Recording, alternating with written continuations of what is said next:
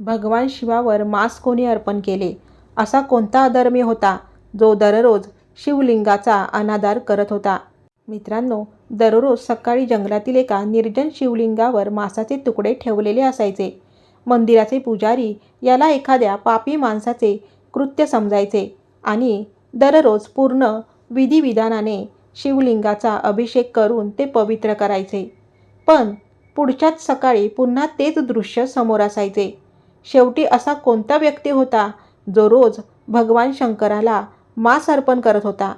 कित्येक दिवस हे गूढ कोणालाच उलगडले नाही.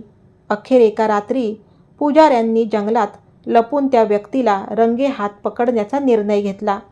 मध्यरात्र होताच दाट जंगलाच्या शांततेत एक मोठा शिकारी तिथे पोहोचला.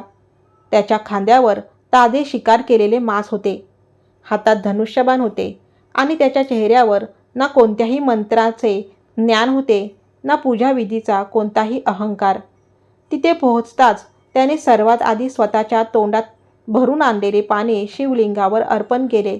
मग जंगलातील ताजी पाने वाहिली आणि शेवटी आपल्या शिकारीतील सर्वात उत्तम मांसाचा भाग देवापुढे ठेवला.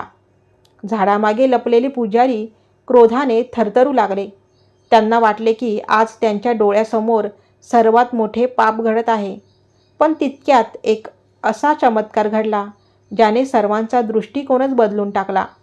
भगवान शिवाने त्या शिकारीचे अर्पण त्याच प्रेमाने स्वीकारले, ज्या प्रेमाने एखादा बाप आपल्या लहान लेकराचे पहिले लहानसे भेटवस्तू स्वीकारतो.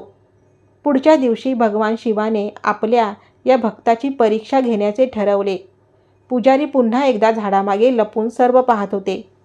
जेव्हा शिकारी रोजच्या प्रमाणे तिथे आला तेव्हा त्याला दिसले की शिवलिंगाच्या एका डोळ्यातून रक्त वाहत आहे. तो घाबरला. त्याने जंगलातील जडीबुटी आणून लावली, पाने बांधली, सर्व प्रयत्न केले, पण रक्त काही थांबले नाही. शेवटी त्याने एक क्षणही विचार न करता आपला बाण काढला आणि स्वतःचा एक डोळा उपटून शिवलिंगाच्या डोळ्यावर ठेवला. त्या क्षणी रक्त वाहिणे बंद झाले. आपल्या भोळ्या शंभूचा त्रास दूर झाला हे पाहून शिकारी आनंदाने नाचू लागला. पण पुढच्याच क्षणी शिवलिंगाच्या दुसऱ्या डोळ्यातूनही रक्त वाहू लागले. आता त्याच्या समोर सर्वात मोठा प्रश्न होता.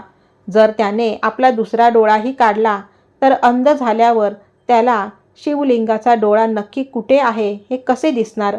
म्हणून त्याने लगेच आपल्या पायाचा अंगठा शिवलिंगाच्या दुसऱ्या डोळ्यावर ठेवला, जेणेकरून डोळा काढल्यानंतरही त्याला ती जागा समजेल. जसा तो आपला दुसरा डोळा काढणार तितक्यात संपूर्ण जंगल एका दिव्य प्रकाशाने उजळून निघाले. सर्वत्र एकच दिव्य आवाज गुंजू लागला. खुद्द भगवान शिव प्रकट झाले. त्यांनी त्या भक्ताचा हात धरला आणि त्याला अत्यंत प्रेमाने आपल्या छातीशी कवटाळले. झाडामागे लपलेल्या पुजाऱ्यांच्या डोळ्यातूनही अश्रू वाहू लागले. महादेव म्हणाले, आज तू मला कोणत्याही कर्मकांडाने किंवा विधीने नाही तर तुझ्या निष्पाप आणि निस्सीम प्रेमाने जिंकले आहेस. त्या दिवसापासून त्या भक्ताला कन्नप्पा नायनार म्हणून ओळखले जाऊ लागले आणि त्याची गणना महादेवाच्या सर्वात मोठ्या भक्तांमध्ये झाली.